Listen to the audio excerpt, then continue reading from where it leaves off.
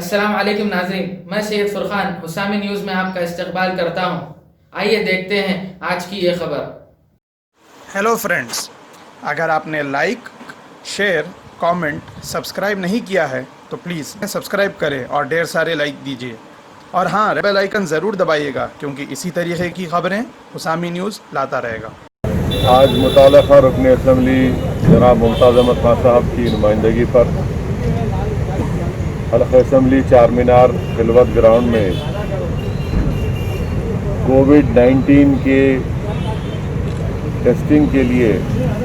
ایک موبائل گاڑی کا یہاں پر انتظام کیا گیا اور اس کا افتتاح بھی ایم ایل اے صاحب نے کیا ہے۔ میری میڈیا کے ذریعے سے عوام تک ایک پیغام میں پہنچا رہا ہوں، گزارش کر رہا ہوں کہ آپ تمام سے گزارش ہے کہ آپ یہ کووڈ-19 کے وائرس کے سلسلے میں آپ بہتر جانتے ہیں کہ پورے ملک میں اب تک قریب 55,000 لوگوں کی موت اس وائرس سے ہو چکی ہے، اور ریاست تلنگانہ میں 744 لوگوں کی اموات صرف کووڈ وائرس سے ہوئی ہے۔ اور آج کے جو تلنگانہ میں جو اعداد و شمار آئے ہیں، جس میں یہ بات بتائی گئی ہے کہ جمعے کے دن جو ٹیسٹنگ ہوئی اس کے جو نتیجے آئے ہیں، قریب 1200 کے قریب لوگوں کو کووڈ ہوا ہے۔ تو اس لیے بہت ضروری ہے کہ ہم اپنے شہر حیدرآباد میں یا ہمارے ملک میں جہاں کہیں بھی ہم رہتے ہیں یا کسی ضلع میں رہتے ہیں، تو بہت ضروری ہے کہ آپ اس وائرس کو روکنے کے لیے اپنا ٹیسٹ کروائیں۔ یہ ٹیسٹ فری میں ہو رہا ہے،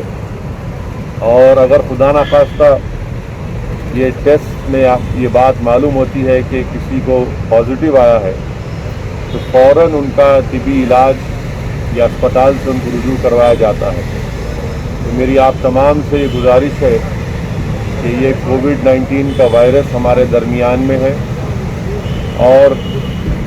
اس کو روکنے کے لیے سب سے اہم کام جو ہم سب کو مل کر کرنا ہے، جو میں بار بار کہہ رہا ہوں، وہ یہ ہے کہ ہم اپنا ٹیسٹ کروائیں، اور ٹیسٹنگ سے ہی ہم اس وائرس کو روک سکیں گے۔ میں آپ تمام سے گزارش کر رہا ہوں کہ یہ جو سہولت آج متعلقہ مجلس اتحاد المسلمین کے رکن اسمبلی کی نمائندگی پر خلوت گراؤنڈ میں شروع کیا گیا ہے، آپ آئیے، یا جہاں کہیں بھی جو حکومت کی طرف سے مختلف مقامات پر یہ ٹیسٹنگ کروائی جا رہی ہے اس میں حصہ لیجیے، اور کووڈ وائرس کو روکنے کے لیے اور ایک اور اہم بات یہ ہے کہ آپ اس بات کو سمجھیے کہ یہ کوئی معیوب بات نہیں ہے کہ اگر کسی کو وائرس ہوتا ہے، وائرس کسی کو بھی ہو سکتا ہے، کیونکہ یہ پورے ملک میں، پوری ریاست میں، تقریباً پوری دنیا میں پھیل چکا ہے۔ اسی لیے بہت ضروری ہے کہ اپنا ٹیسٹ کروائیے۔ اور پھر سے میں کہہ رہا ہوں، خاص طور سے جو ہمارے بزرگ لوگ ہیں،